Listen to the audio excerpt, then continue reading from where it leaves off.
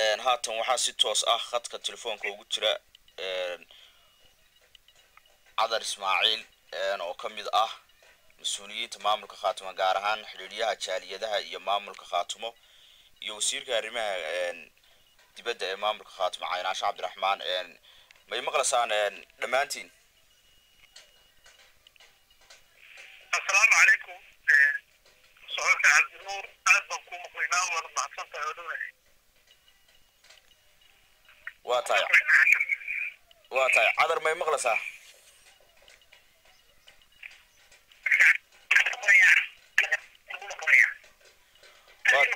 برواتا عذر وحاد warbixin naga siisaa xaaladda deegaanka tukaraq iyo dagaalka saaka halkaas ka socda ka maamul ahaan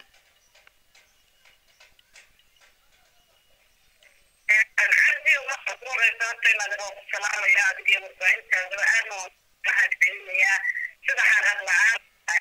maaragtay saacad walba aad ugu taagan tahay si aad bulshadaada la wadaagi lahayd xoogaha marka wixii soo kordha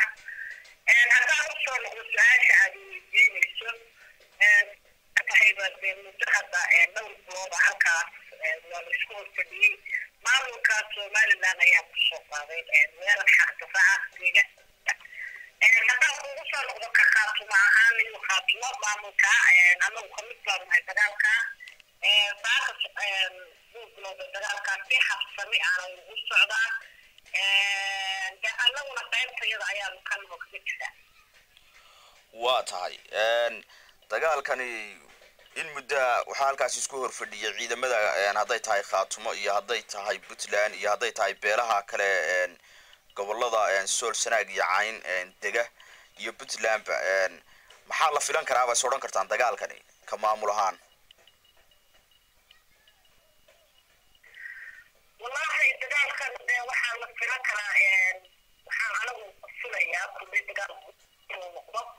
inuu yahay dagaal waaxnaa maanta sababtoo aad nin qori kugu qabsado qori u baad iskaga kixisaa walaalo kaagama tago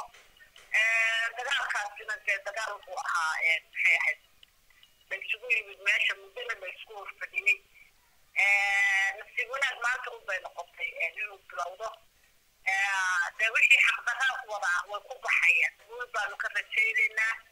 guul iyo goboni baanu ka rajaynaynaa halkaa insha allah bismillaahi kariim waa tahay ka khaatumo ahaan kalsoonidiina dagaalkan waa sidee boqolkiiba boqol aad baan ugu kalsoona aad iyo aad baan ugu kalsoona waa tahay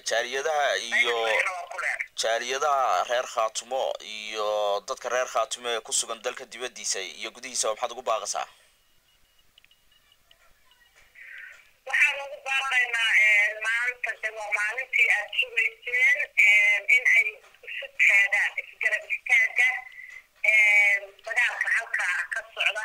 dadkaas duulimaadka ku ah xaqdarrada ah dalkeenii sidii maanta aynu isaga horeyn lahayn oo isu soo raacin lahayn oo nagu gaari lahayd ilaa iyo labada gaabtaba aad baad umahadsantahay waaynu isu taagnaa adiga dumarba adaa mudanaa aad baad umahadsantahay cadar wasiir caynaashe may maqlaysaa السلام عليكم ورحمة الله وبركاته صحيح عبد النور سوى أكسنطة قومة وانا دور waa tahay wasiir waxaa tahay wasiirka arrimaha dibadda ee maamulka khaatumo dagaalkan intii uusan dhicin waxaa jiray u kala dabqaad beesha caalamku sameynaysay puntland iyo somaliland iyo khaatumoba oo ninka la yidhaahdo keating waxa uu ka degay sidii aynu la soconay garoowe iyo meesha la yidhaahdo hargeysa ka khaatumo ahaan maxaad kala socoteen kulamadaas